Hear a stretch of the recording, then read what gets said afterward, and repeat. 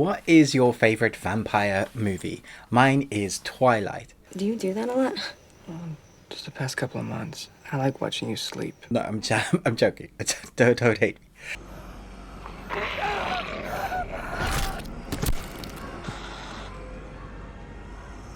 All right, let's get into this. This is a Netflix original movie review. My name is Ruben. This is the Ruby Tuesday. This is non-spoilers. It's called Night Teeth. Let's jump in. So Night Teeth sees a young man who needs to make some money, and so he ends up doing a job for his brother, which is basically driving around some clientele over a course of the night.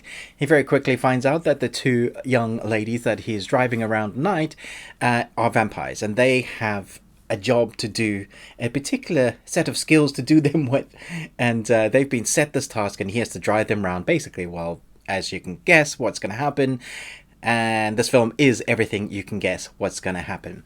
Let me talk about the positives in this film. Okay, so there's a relationship in this film that I thought was quite endearing between one vampire and one young man, and I thought their chemistry, I think, was one of the positives in this film, where you want to believe the characters have chemistry. It's just palpable at sometimes on screen, and I thought, yes, they're doing a great job.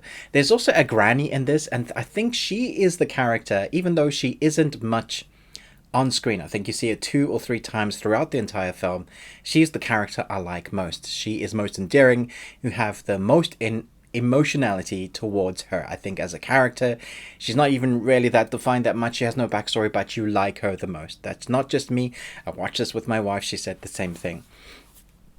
The most positive thing I can say about this film is that the cinematography, the vibrant neon life, it looks great. It's shot really well.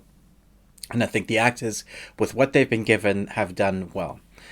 Okay, so the negative. This film does a thing that is really bad to do for a film. It's boring. You guess exactly what's going to happen at every plot point.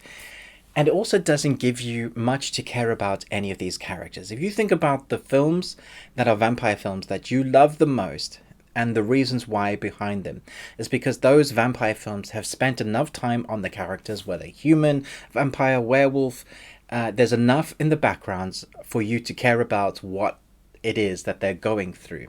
And this film only gives you a little bit of that. There isn't much time spent in the background of flashbacks in the ways of it kind of starts that way, but it doesn't really give you any meat. And the story itself is very light on plot. And so once you get into it and you figure out, oh, there isn't anything more into this, warring vampire factions, warring against human, there's a thing, there's rules that we've set up and someone has broken those rules, and there is the big bad, generic bad vampire guy that wants to be in charge of everything. Once you get over that, then you're wondering what more there's going to be in the film. So then you're reliant on some of the action sequences, which are fun, but they never really kind of dive headfirst into one of the genres that they want to get into. So if you think about the drama in Interview with the Vampire, they dive into that real gritty drama and family, what is family, and then the lore of the vampire. You have this narration that's going on at the same time.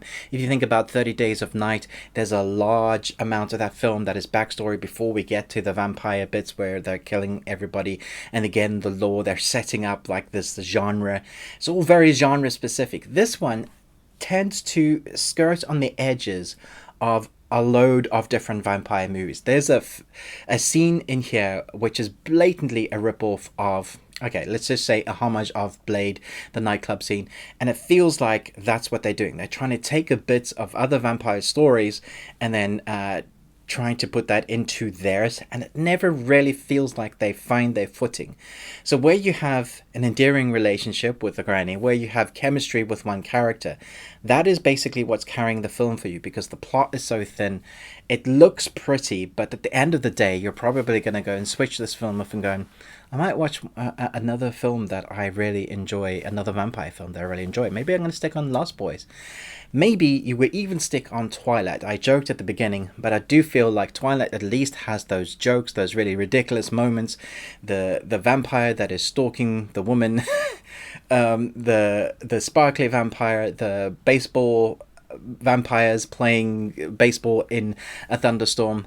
There are moments you could do as a drinking game. This one is not even that bad. that you can't really do a drinking game, but it's not really that good, so you can't really go, yeah, I'm really enjoying this. It's one that you might at the end of the day go meh and forget. If you're watching Jeremy Jans and he normally does like, I'll forget this in T minus, I've already forgotten. That is how I feel about this film. I hate coming down hard on any film, really, but as a reviewer, I've kind of going to be honest with my feelings about this film. I liked aspects of it. The cinematography looked good, the vibrancy of the city.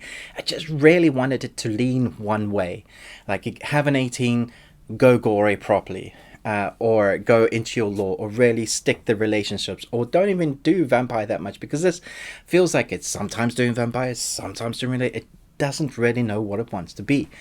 It's a very frustrating film to watch, because every time it seems to start going somewhere, it kind of stops. I wanted it to lean heavily into one side. I'm probably going to go watch Blade 2 now. It's frustratingly almost there. So I'm going to give this 2 Nicolas Cages out of 5. Let me know your thoughts below. Did you enjoy it? Maybe you love this and this is exactly what you wanted. Let me know your top 5 vampire films below. I know there's so many. You could go back from the original Nosferatu, or you could be of the same vein of where people like Bram Stoker's Dracula. Thanks so much for watching, but most of all, until next time, remember, live long and Tuesday.